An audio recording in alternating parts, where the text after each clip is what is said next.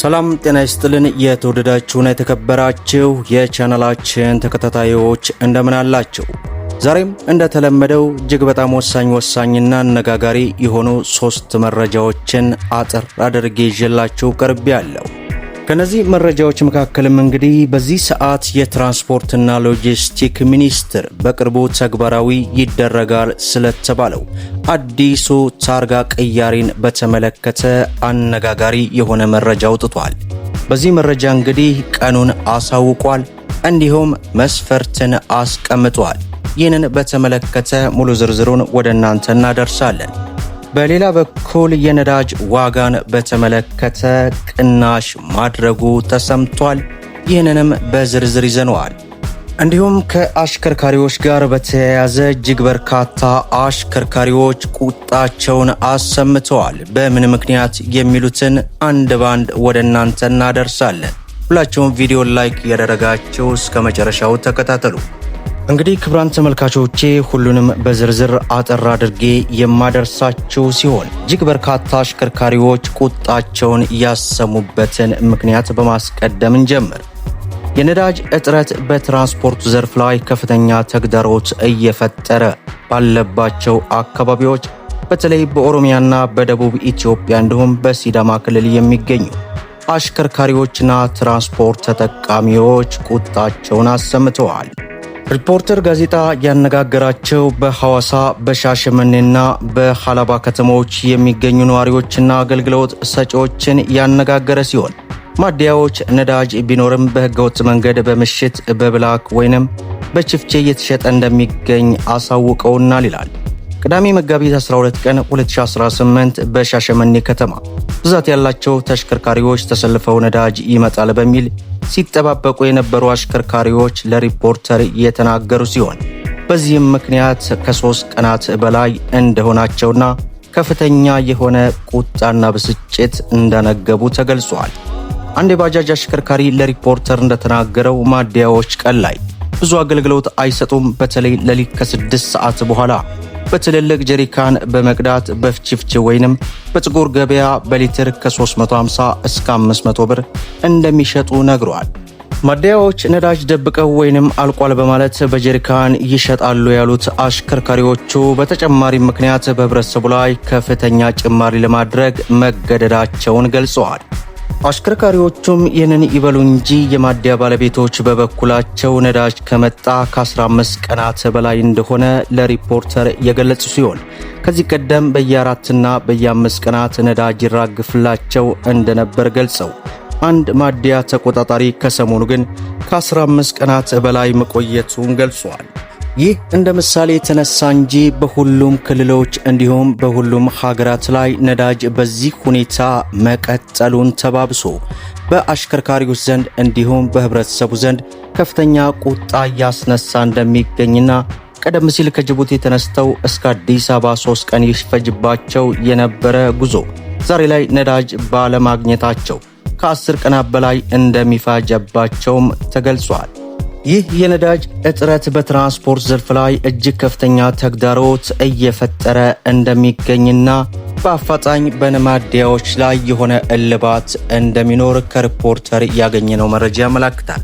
በተያያዘ መረጃ በኦሮሚያ ክልል ያለው የነዳጅ እጥረት ምክንያትን በማድረግ እስካሁን ድረስ በተደረገ ቁጥጥር ከ280 ሺህ ሊትር በላይ ነዳጅ በህገወጥ መንገድ ሲጓጓዝ በቁጥጥር ስር መዋሉንና ነዳጁም ለመንግስት ገቢ እንዲደረግ መወሰኑን የክልሉ ንግድ ቢሮ አስታወቀ።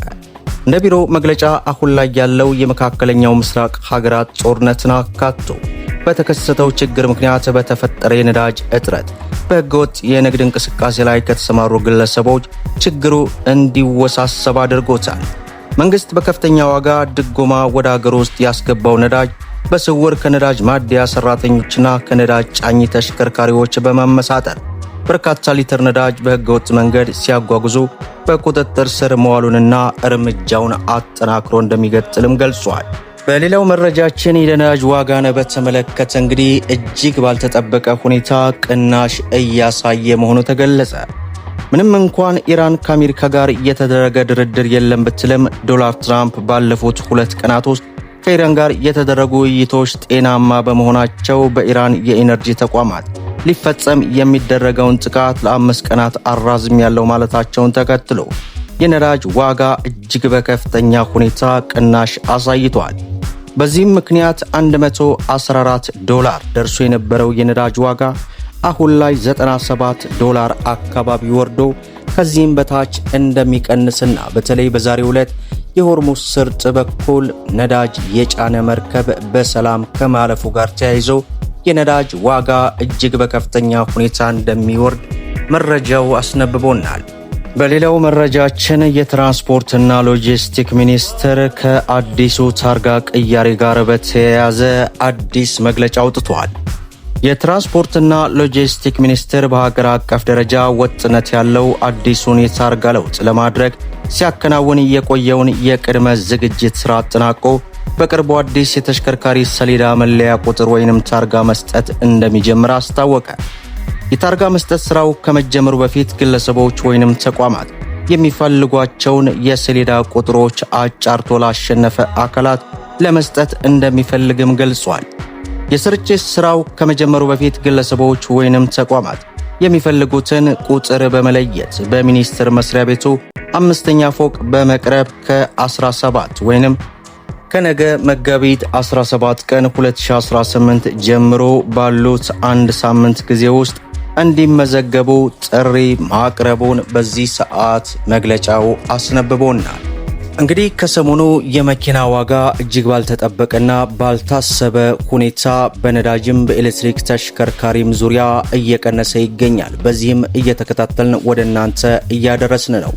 ይህም የሆነበት ዋነኛው ምክንያት ከሰሞኑ በመካከለኛው ምስራቅ ያለው ጦርነት የነዳጅ ዋጋ እጅግ በከፍተኛ ሁኔታ ከመጨመሩ ጋር ተያይዞ እንዲሁም የነዳጅ እጥረት በየቦታው ከመከሰቱ ጋር ተያይዞ የመኪና ገበያውን እጅግ በከፍተኛ ሁኔታ አቀዛቅዞታል።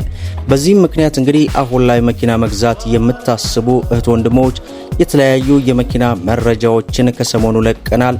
በነዳጅም በኤሌክትሪክም ገብታችሁ መመልከታችሁን እንዳትረሱ እያልኩኝ ለዛሬ እንግዲህ እጅግ በጣም ወሳኝና አነጋጋሪ የሆኑ መረጃዎችን ወደ እናንተ አድርሻለሁ።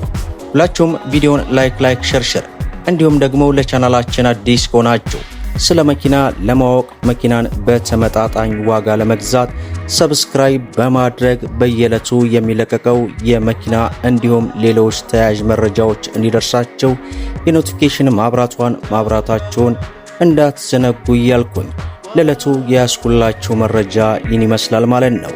እስከ ፍጻሜው ድረስ አብራችሁን ስለቆያችሁ ልባዊ ምስጋናችንን እየሰጠን በሌላ ቪዲዮ እስከምንገናኝ ወሰላሙ አለይኩም ወራህመቱላህ።